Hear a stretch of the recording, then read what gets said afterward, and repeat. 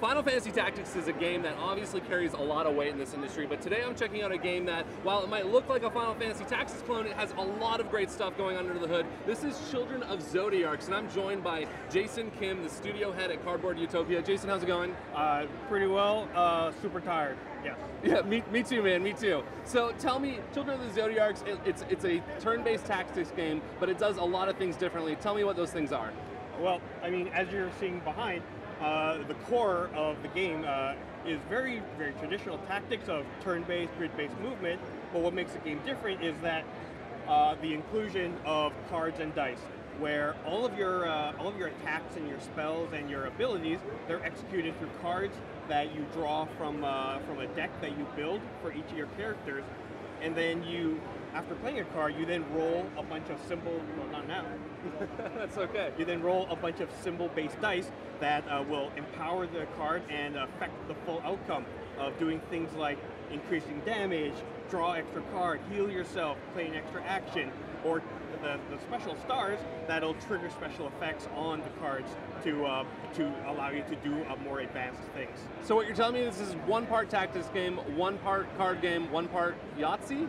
I've never played Yahtzee. That's right. It's a dice game. It's a dice game. Roll with me on it. Okay, that's really cool. Now, you were talking about crafting dice. How does that work?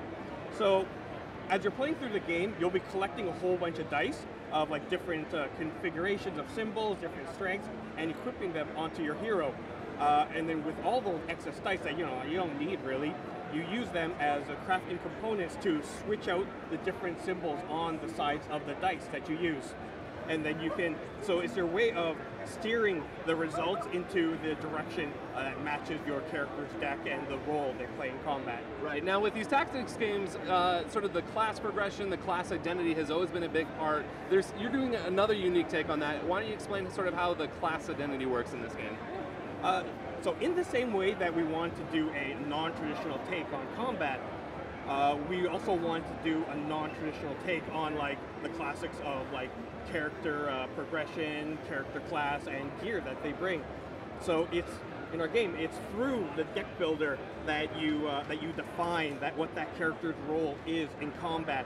Are you like just pure damage focused? Are you buff or debuff focused? Or like are you like a healing type character?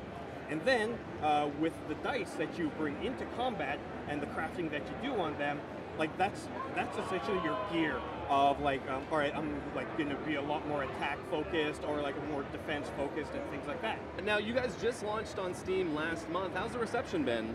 It's been pretty positive. It's been really good. Like we get a lot of good feedback from people that love it, people that have like like certain feedback to give. I'm sure. Yeah. But I mean, it's a good thing, Yeah. Like it shows that, like, hey, I care about this game and I want to try to get it better. Yeah.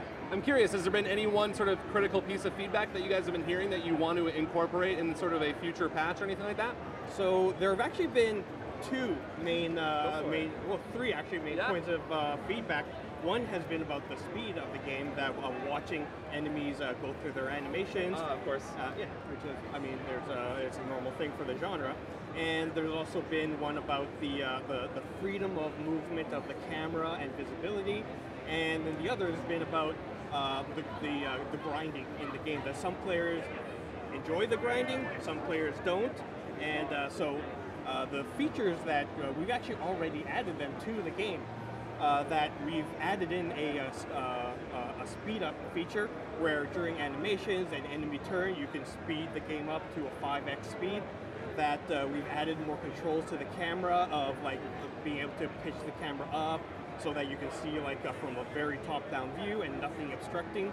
And we've also added the option for players to basically play the game in a more narrative focused mode that is really about like, all right, play battles as they come and just experience the story.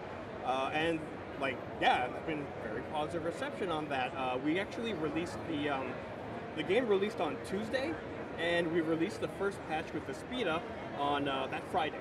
So that was really appreciated by the fans. That was really cool. All right, that sounds really awesome. If you love tactics games, be sure to check out Children of Zodiarcs. It's already out on Steam, and by the sounds of it, they've already been working on that feedback. And I'm Steven with PC Gamer, and that's it. PAX is in the books.